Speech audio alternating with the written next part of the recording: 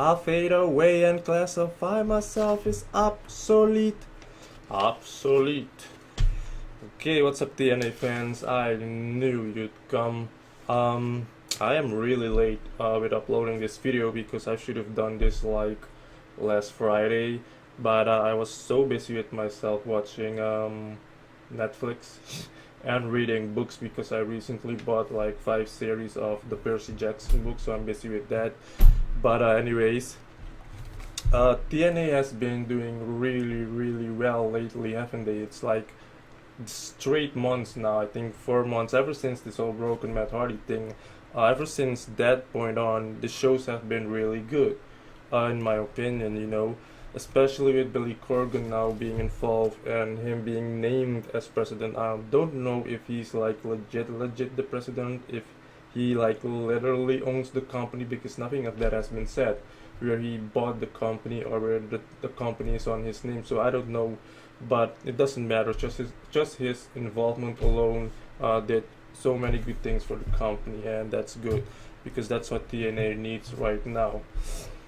So as usual, I'm gonna try to keep this review short because if anything I like to do is keep on talking and talking with you getting bored. So I don't like doing long reviews unless I'm with someone else, then obviously it's gonna be a long review. But I see videos out there that are like 2 freaking hours long and the person is like doing it solo. Like, what the fuck? I'm not gonna listen to you or watch you for 2 hours long. I have other stuff to do, man. Hence it's why I try to keep my as short as possible. So we'll get through this real quick. I didn't really enjoy last week's show, but I definitely enjoyed this week's show. It was really good. So let's get through it. The show starts off with James Storm coming out all pissed off because of last week, so he gets in the ring and then he calls out Brian Hebner. Because apparently he blames Brian Hebner for not winning last week. So they show the clip from last week, where James Storm hit the last call to Lashley. The bell already rung at that time. He goes for the pin, which should have been a 3 count, but Brian Hebner did not see that because he was busy putting JB out of the ring. I don't know why the fuck he would do that. It's not like JB is a woman that needs assistance with the ropes getting held up for her to get out of the ring. But anyways, so that was the twist. That was this whole thing. So then James Storm tells him that he wants a rematch with Bobby Lashley. But then Billy Corgan comes out. Billy Corgan tells James he knows he's upset and doesn't know what he wants him to do. Then Corgan says games are lost and won in the 4th quarter, not the 1st. And then James says the people want a rematch and so does he. Corgan now says you're TNA original and you're out here begging. Exactly. He's an original. He shouldn't be begging. You should just give him the fucking rematch. So Billy Corgan then insults him by saying maybe it's not your damn luck, maybe you just cannot win the big one. Whew. So now James Storm gets upset. So James Storm goes under the ring, he grabs a tool case and then he takes the hammer. And then he starts threatening Billy Corgan with the hammer, then he smashes the turnbuckle pad. Security start getting in the ring, so while talking with Billy, James Storm literally smashed the beer bottle on one of the security guys' head. Like, this is the first time I really heard it go that loud. He really fucking smashed the fuck out of that bottle on the guy's head. That had to fucking hurt, like, holy shit. But pro wrestling is fake, ladies and gentlemen. Pro wrestling is fake. That doesn't look fake to me. You can't fucking fake a fucking bottle getting smashed on your fucking head. Okay? But then James says AJ Styles and Root left, but I stayed because I believe in the company and these people.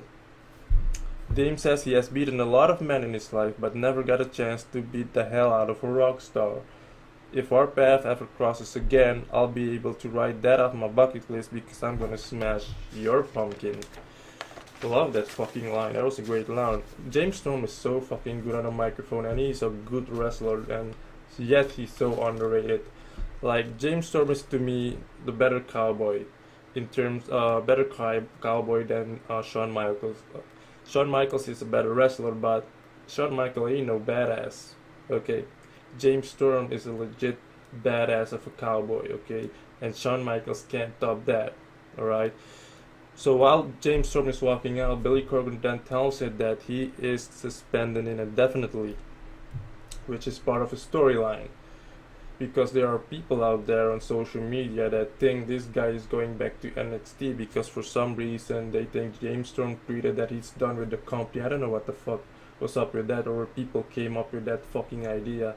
The guy is getting nowhere. It's part of a fucking storyline, you idiots. You guys watch wrestling so fucking long and still you don't know. I don't get these people. It's still real to me, damn it, fans. You're all funny as fuck. But the guy just came from NXT, got back to TNA, so why the fuck would he go back? He's only gonna make himself look stupid if he does that. Okay, the guy's getting nowhere. Is going nowhere, okay? But that was a really good way to start the show. Really, really good. So after that we have our first match, Eddie Edwards versus Moose. But before that we had a little segment where Mike Bennett was talking to Moose, telling him that no one can get in the ring because he has Moose with his side. And then he tells Moose that Moose needs to do everything he tells him to. Then Moose gives him this like look, you know, like what the fuck, I'm not gonna do what you say. So that's the first tease right there. As far as the match goes, it was an okay match. It was a good match. It was short, but it was short in the sense that it still didn't really feel like it was rushed. You know, both men did really good. Moose did a lot more than when he first started to wrestle. So, but Moose ultimately got the win. So that was that match. After that, we had a backstage segment with Maria, Ali, and Jade. Basically, where Maria tells Jade that if she does not win the match, she's gonna have to Jade. She will never get a shot at the Knockouts title again. And from that point out, from that very moment, you already knew she's gonna win. She's gonna beat Jade. But we'll get to that later on. By the way, Ali is so fucking cute. You know, she's really, really fucking cute.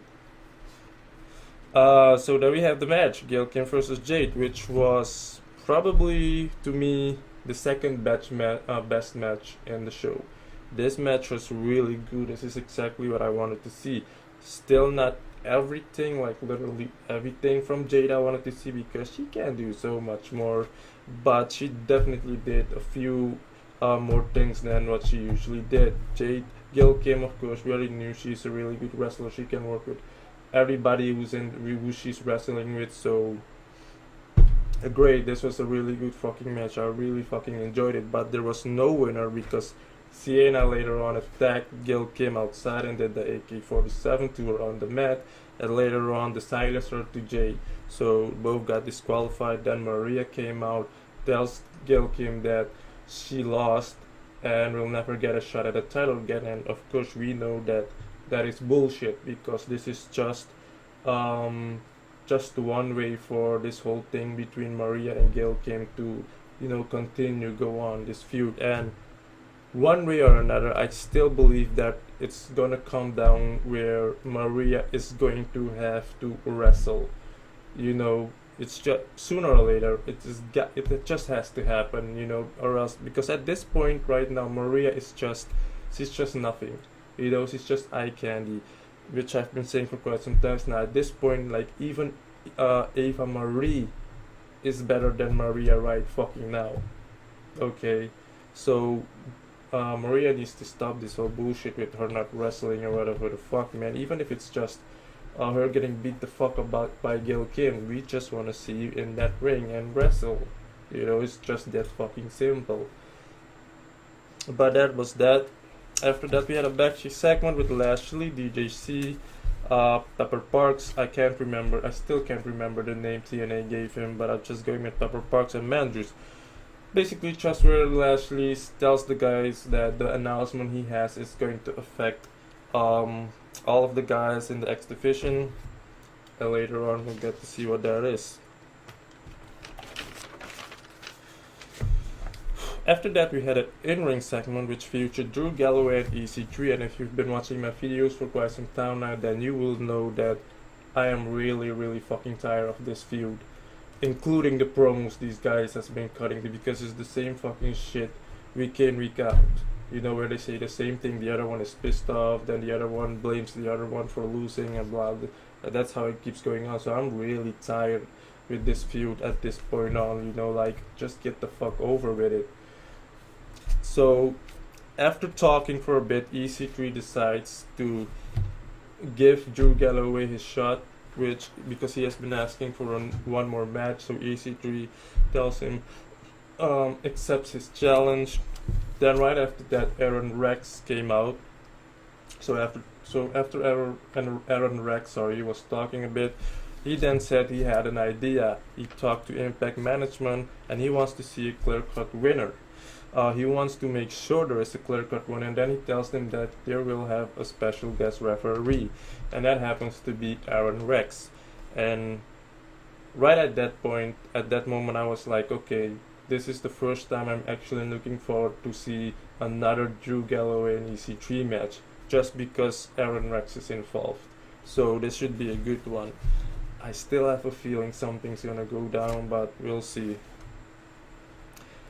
If Drew Galloway wins that match, this is going to be probably the biggest fucking wonder ever. This is going to be a miracle if they do not let EC3 win. This is gonna be a fucking shock to me, because EC3 is obviously their golden goose guy, you know, so it would really be a fucking shock to me, at least, if they let Drew Galloway win. Like, seriously, I'm gonna be like, whoa, really? So, because honestly, as far as who I want that should win that match, I'm gonna have to go with Drew Galloway, because the guy hasn't been really that long in TNA. You would think it's that long by now, but it isn't.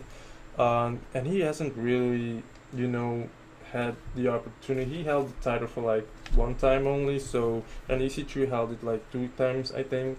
So let Drew Galloway just get his shine, and then you can, you know, move on and do it with someone else or whatever. That's just how I feel about it. But moving on. After that, we have a Brother Nero and Broken Matt Hardy segment, and I've been saying this for quite some time like that. Any show with a Brother Nero segment is a good show. Okay, so we see them at the ring. Matt Hardy asks Jeff Hardy what his game plan is for the match they're gonna have in the main event. Jeff Hardy tells him he's gonna use his body as a weapon. Matt Hardy tells him no, he's not going to do that, because he had a premonition last night that if he goes onto the ladder and do a stunt, it will basically fail and cost them the match. So he tells Jeff that he's gonna do the match alone, while he is at ringside trying to stop those from entering the ring with a ladder with the ladder. So that was about it. You know, I still see people complaining about this Matt Hardy character. Like, you do realize that this character is the reason why the ratings went up, right? You do realize that because of this character caught a lot of people, including wrestlers, their attention. And I mean, I'm talking about a lot of fucking wrestlers, okay? So stop your bitching. This is working. It's going good. Shut up. So after that, we have a match between Eli Drake and Mahabaleshwar. Eli Drake did cut a promo where he was making fun of James Storm, and then saying how Lashley is afraid to fight him. So Mahabaleshwar came out and told him to shut up and fight him. Yeah, of course, it was a short match. You know, Eli Drake won. Here's the thing: Mahabaleshwar can become a good enough wrestler if he gets better training. You know, if he gets American training, because I'm pretty sure he got training in India, because there is a wrestling promotion in India though. So it would be really good if someone takes this guy under his wing and trains him here, like, you know, the American way. And I think he really can become a good wrestler, because he isn't entirely bad. You know, he does have moves and all that, but there are a lot of things that he needs to work on. Let's forget the whole him talking and shit. He's from India, you know, he's foreigner, I'm foreigner. There are English words we can't pronounce, we can't do nothing about it, just how it is. Okay, so that's that. After that, we had an in-ring segment where we see Lashley with Billy and Dixie Carter. So basically, this big announcement is that Lashley wants to unify the X Division and the King of the Mountain title. And I'm pretty sure there are people already out there who would say, oh, look, they're copying WWE with unifying the titles. Shut the fuck up, fuck you, okay? But Dixie and Billy, of course, don't want that. So, yeah, sorry, it was an in-ring segment, not a backstage segment. They were in the ring while this was happening. But of course, Billy and Dixie did not agree to that. Lashley walks out. Billy then tells him that next week there's gonna be a open battle royale, and whoever wins that match is gonna face him for that the world heavyweight title, because apparently he's gonna defend the title before Bound for Glory.